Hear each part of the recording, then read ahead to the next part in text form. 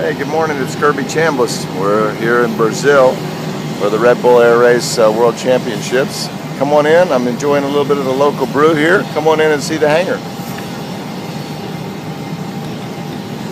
As far as flying over the Hudson, I mean, to me, water's water, sky's the sky. I mean, I'm excited about New York because I know everybody's going to be able to see some really fantastic venue. I mean, this is going to be great. To watch the race is amazing, but again, for me, I mean, it's just a body of water while I'm out there racing. The water, the pylons are there. I'm not focused on anything around other than the gates, the water, the sky, what I have to do, fastest from this gate to the next gate. I'm just going to go out there, and I mean, I want to win in New York, but I'm excited just about being back in the States and, being a U.S. citizen, and, I hope to win there for sure.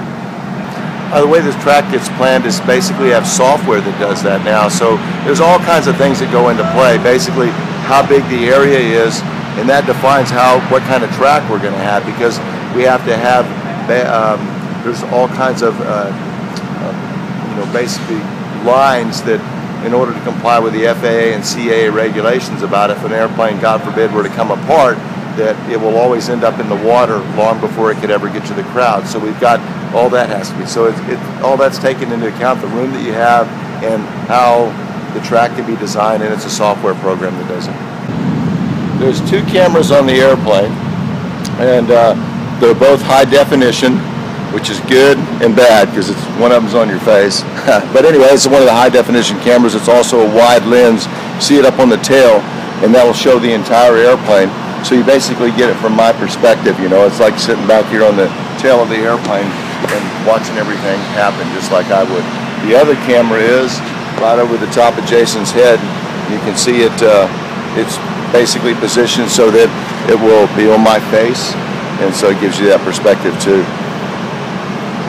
Every course is different, so the time that it takes in order to complete the course is going to be, different. But normally it's somewhere between, say, a minute and 10 seconds and a minute and 25 seconds, somewhere in there.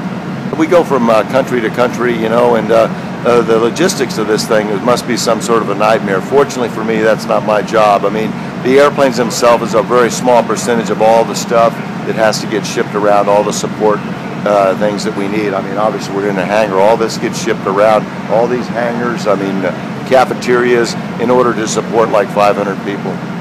There's always, this is a dangerous sport, so I mean, it's not when things are going right, but when things are going wrong. And so when that happens, you have to have some experience in order to be able to draw from.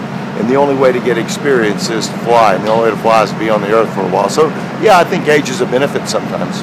The Red Bull Air Race started, it was Peter Bessier, I believe, is the one that came up with the idea. And to have a competition that was not subjective, which is what we've got now. The clock basically calls the winner. And then the way that I was recruited back then, when you take something that's relatively dangerous and make it somewhat safe, the only way you can do that is balance it with a lot of experience. And so, back then, even in order to be invited, you had to be one of the top 15 aerobatic pilots in the world. At the time, I was the only American in that category.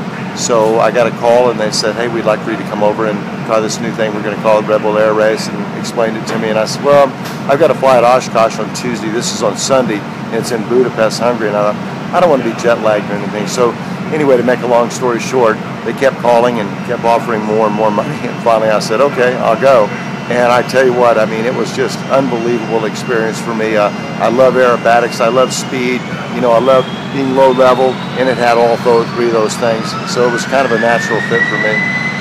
The way that I stay in shape mentally and physically, but definitely let's start out physically, is, I think overall that you should, work out, eat right, and do all those things. Good general health is what we all need no matter what. But definitely for this, and as far as building and keeping a G tolerance, the best thing you can do is pull G's all the time, so I try to fly all the time. To stay mentally focused, we do so many things, sometimes it's a little bit difficult, but I am pretty good being an athlete, been in competition all my life, and being able to turn it on and turn it off.